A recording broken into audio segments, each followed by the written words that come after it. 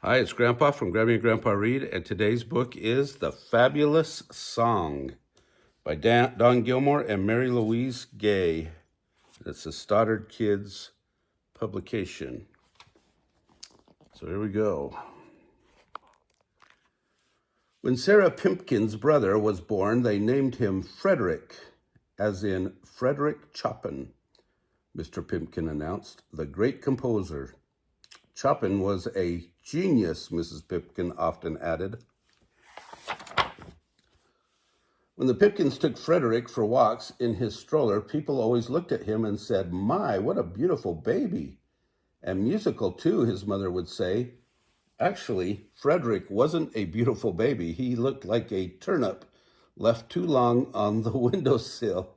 He was wrinkled and pale with a tuft of carrot-colored hair. He gurgled and made noises when he ate. To Sarah, it sounded like air leaking out of a balloon, but to Mr. and Mrs. Pimpkin, it sounded like a symphony.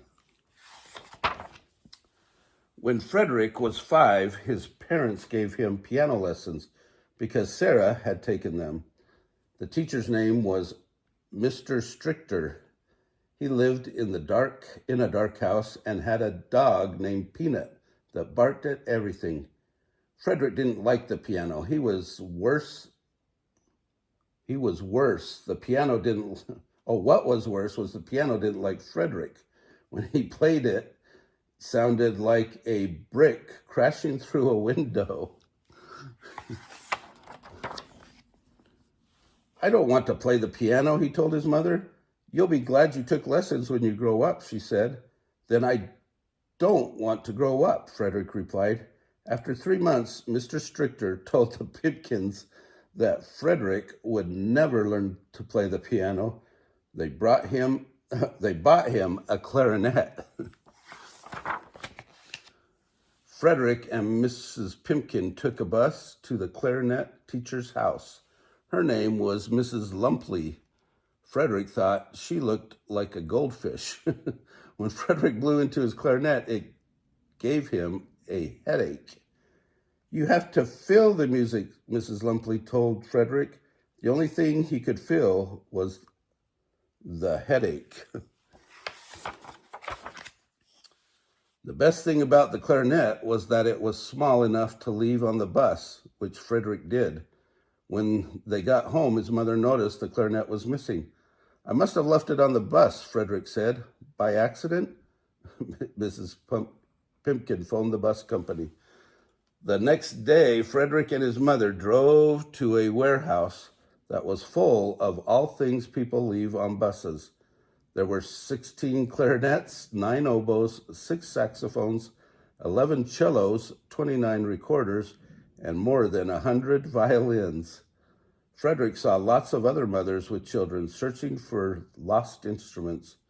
Mrs. Pimpkin picked out Frederick's clarinet and they went home.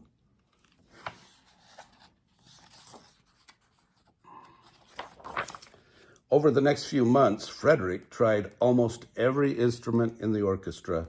The oboe sounded like a sick dog whining. The violin sounded like 2 cats fighting. He tried the saxophone, xylophone, and trombone. When he blew into the trumpet, it sounded like a frog trying to spit. The banjo sounded like a frying pan hitting a frozen fence post. The cello sounded like an argument between 4 snakes. Mrs. Pipkin gave Frederick a flute and stared at him. Hopefully, he blew into it, but no sound came out at all. Frederick went upstairs and played with his dinosaurs. That evening, Frederick went to a concert with his parents. Sarah was playing the piano with their youth orchestra. Frederick squirmed in his chair until the conductor tapped his baton 3 times and the orchestra looked up at him waiting. With one wave of his baton, the orchestra began to play. The baton leapt and swirled through the air, and the music leapt and swirled with it. The conductor's hair shook as he moved, guiding the musicians. He never made a sound, but to Frederick, he was amazing.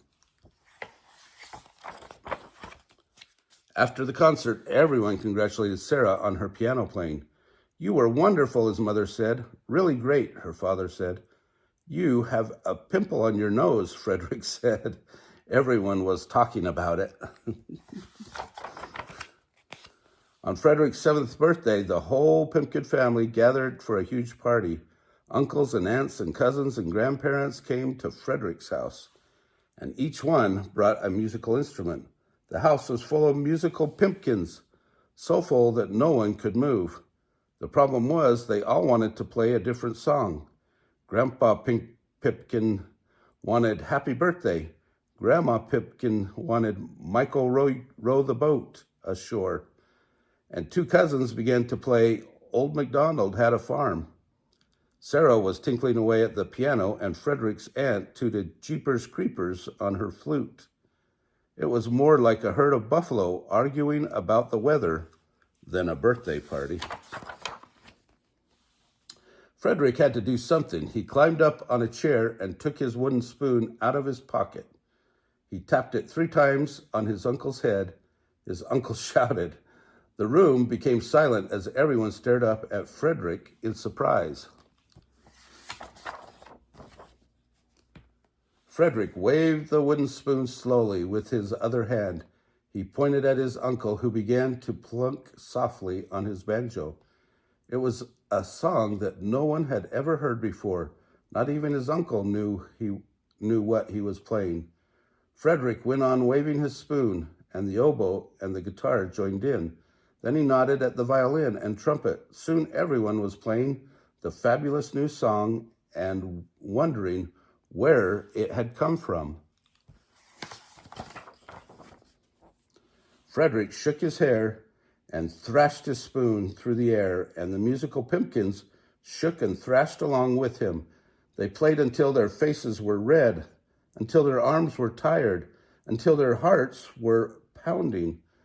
They would have continued, but Frederick lost his grip on the wooden spoon, and it flew across the room.